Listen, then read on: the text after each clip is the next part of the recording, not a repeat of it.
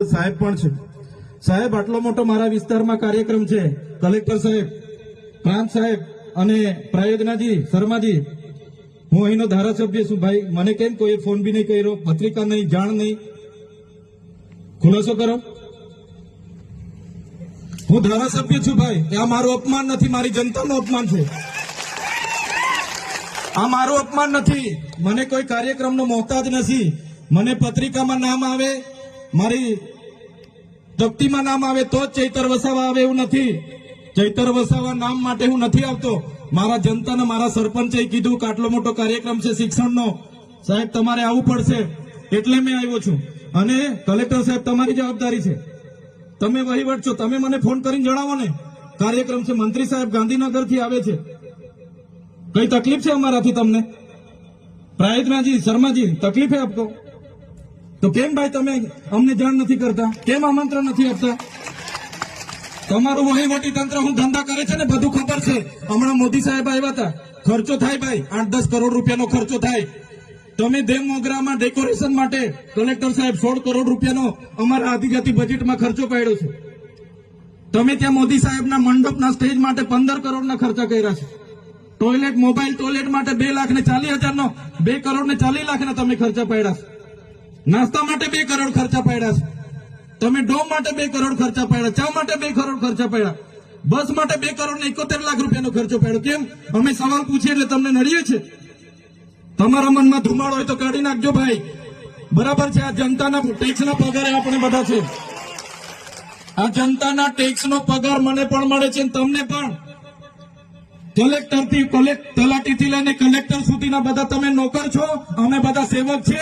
આ લોકો જે પણ કે અમે પ્રતિનિધિ છે, અમને અધિકારો આપ્યા છે. તમે અમને કેમ અહીંયા બોલાવ્યા નથી?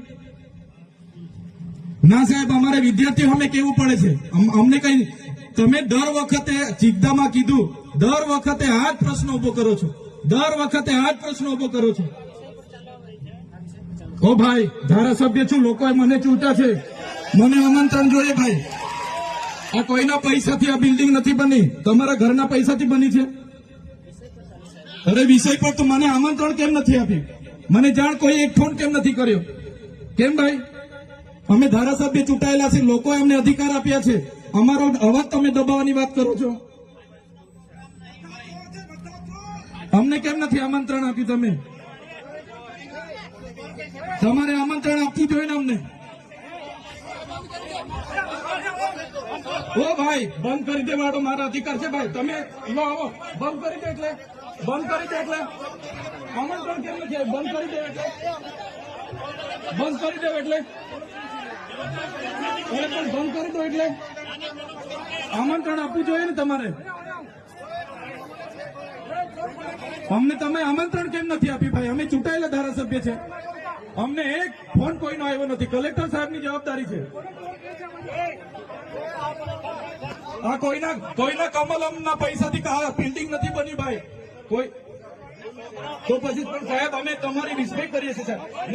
દરેક સરકારના કાર્યક્રમમાં હું હાજર રહું છું.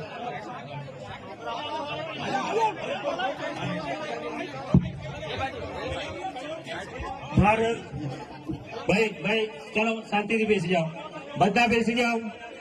એ ભાઈ બધા બેસી જાઓ, બધા બેસી જાઓ. ચાલો શાંતિથી બેસી જાઓ ભાઈ, આગળ નહીં, બેસી જાઓ શાંતિથી. ભાઈ ભાઈ